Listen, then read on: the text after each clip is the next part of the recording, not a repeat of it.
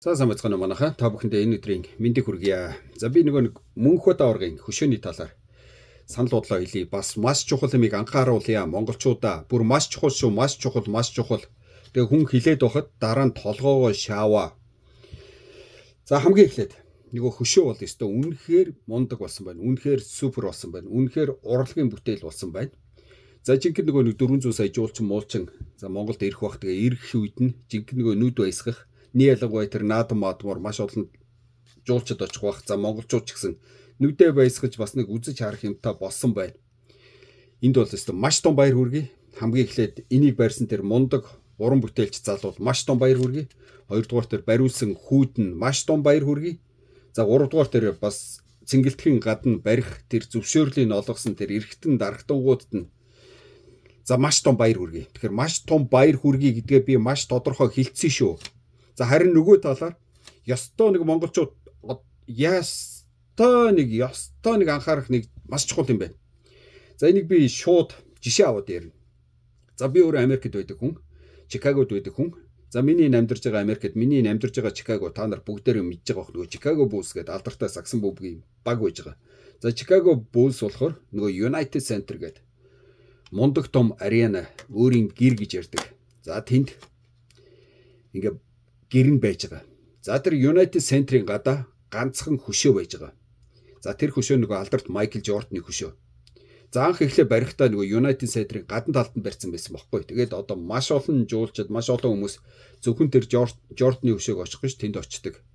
Бүр зорж очдог газар болсон байсан. За тэгсэн чи дараа нь United Center энийг нь ойлгоод нөгөө хөшөөнийхөө гадуур нэгэ тойруулаад хан болгоод нөгөө байшинтайгаа ингээд байшингийнхаа дотор оруулсан.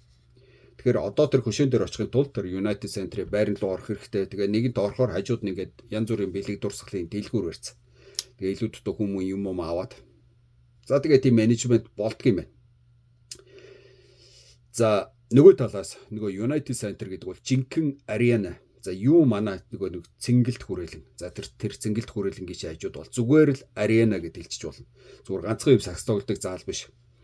Бүр хитэн давхар 30 мянган хүн багтан тэгээд ингээд дотор нь та нар ороод ингээд дээшээ доошоо яваад үзэх юм бол за үнэхээр супер. Ялангуяа тэр дээд давхрын тэр хамгаалтын тэр илүү дутуу гэрэл чимэглэл янз бүрийн тэр дэлгэц мэлгэцийн тэр өрөөнүүд за тэр VIP том заалууд гэх тийшээ нь орох юм бол үнэн супер. За тийм л юмыг арена гэдэг юм байна.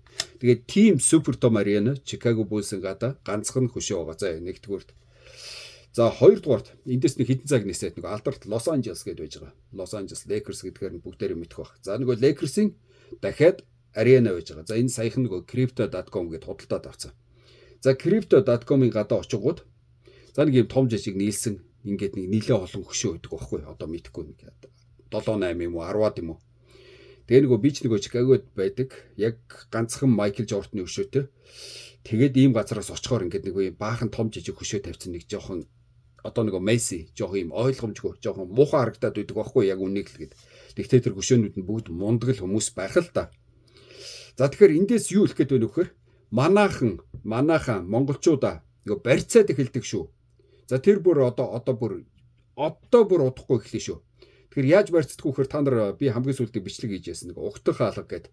Одоо биднээс хэд дахин илүү орлоготой бүр хэд дахин одоо бүр суперийн Америк одоо ингээ мужуудаар ороход мужуудын угтах хаалгана гэж зүгээр л ингээд нэг юм хоёр модон дээр төмөр тавиад дээр нь ингээд нэрээ бичсэн.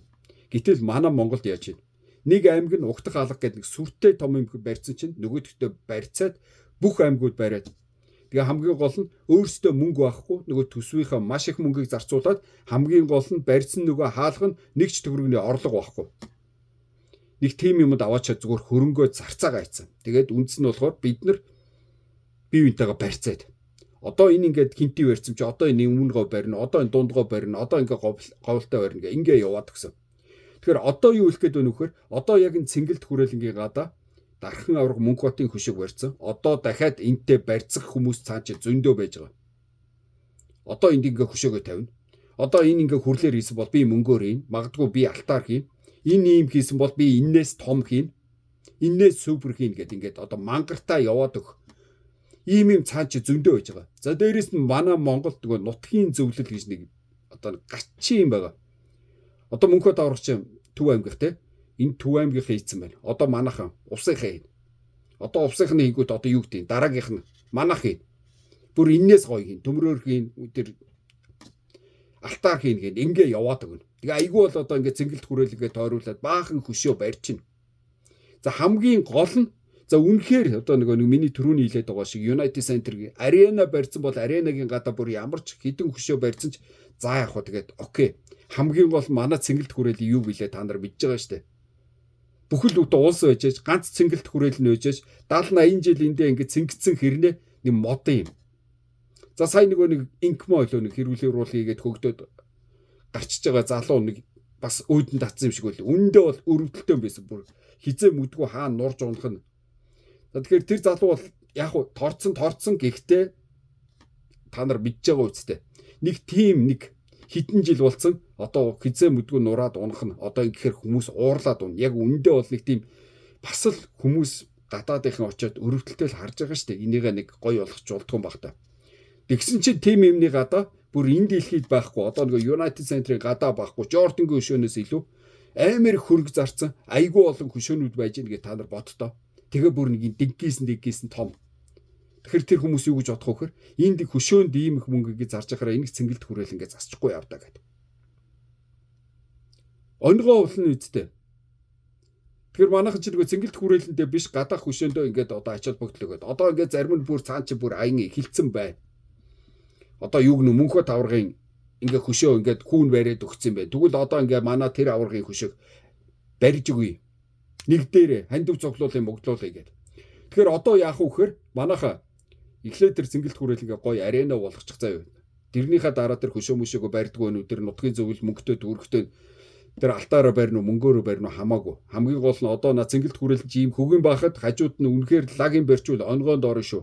За нөгөө талаар энэс сэргийлэхийн тулд одоо энэ те тэр баяр наадмын комисс гэж байдаг бол тэр цэнгэлт хүрээллийг удирдлага гэж байдаг бол за тэр илүү дутуу хууль муул хаана гаргадгийг тэр газар нь маш яралтай энийг одоо шийдэхгүй бол тэр хууль муулаар зохицуулахгүй бол одоо тэгээ нэг дарагт нь аваачаад нэг хэдэн цаасны ахуул өгөөд газар аваад барьчих шүү.